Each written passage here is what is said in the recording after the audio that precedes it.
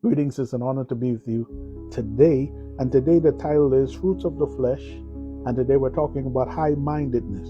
I'm in Galatians 5 and 19. And it says, now the works of the flesh are manifest. And of course, what that is saying is there are spirits that are at work in accordance to Galatians 5 and 19. And they are actually ratified or identified by their fruit. What are their fruit? Well, first let's take a bite of this concept.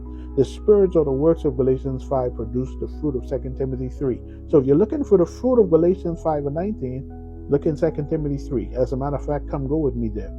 2 Timothy 3, 1-4 says, this know also that in the last days perilous times shall come, for men shall be lovers of their own selves. How do we know? Here's the fruit. High-mindedness, or they're high-minded. What does it mean to be high-minded? A negative quality. It's a negative quality denoting pride, arrogance, or a sense of superiority. So these people feel that they are the top echelon. There's nobody like them, nobody can be compared to them, and everybody else is beneath them pretty much. And that ain't God.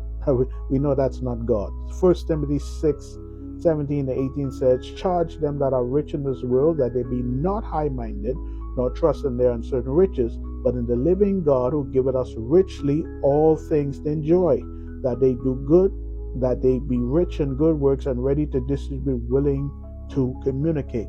So there is a requirement for those that have substance, that they use what God has given them to be a blessing, to prove the blessing that they are.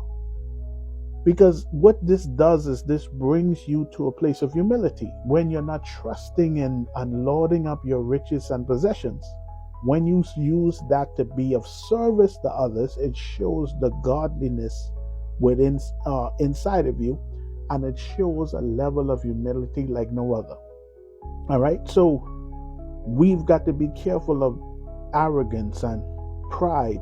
These things are from a high-minded mindset. This fruit of being high-minded shows us that there's some dangerous spirits at work, and these spirits are contrary to the will and the purpose of God in the earth. And this spirit normally, or this fruit, is really prevalent in those that have status, and they become untouchable, so to speak, and this puts you in a place where you're unreachable, and it means that you can't reach people for God because you're caught up in your cloud. But oh, that we would understand that all that we have is because of God and His blessing and His grace in our lives, and we would use everything that we have so that He would get the glory and the honor. This is not something we should strive for. I know that the more that we get, we can start to get a big head, but we've got to understand that humility is the order of the day. Moses, with all that God had blessed him with, remained meek, and God made record of that, because this is what is necessary to be among the people of God and the things of God, to continue to thrive in the things that God has called you to. You must remain humble, meek and humble. What a combination. So I challenge you today, above all things, even as God takes you higher from glory to glory, even physically as you are blessed spiritually, because it is His will that we prosper and be in good health even as our souls prosper. Let's mind high-mindedness.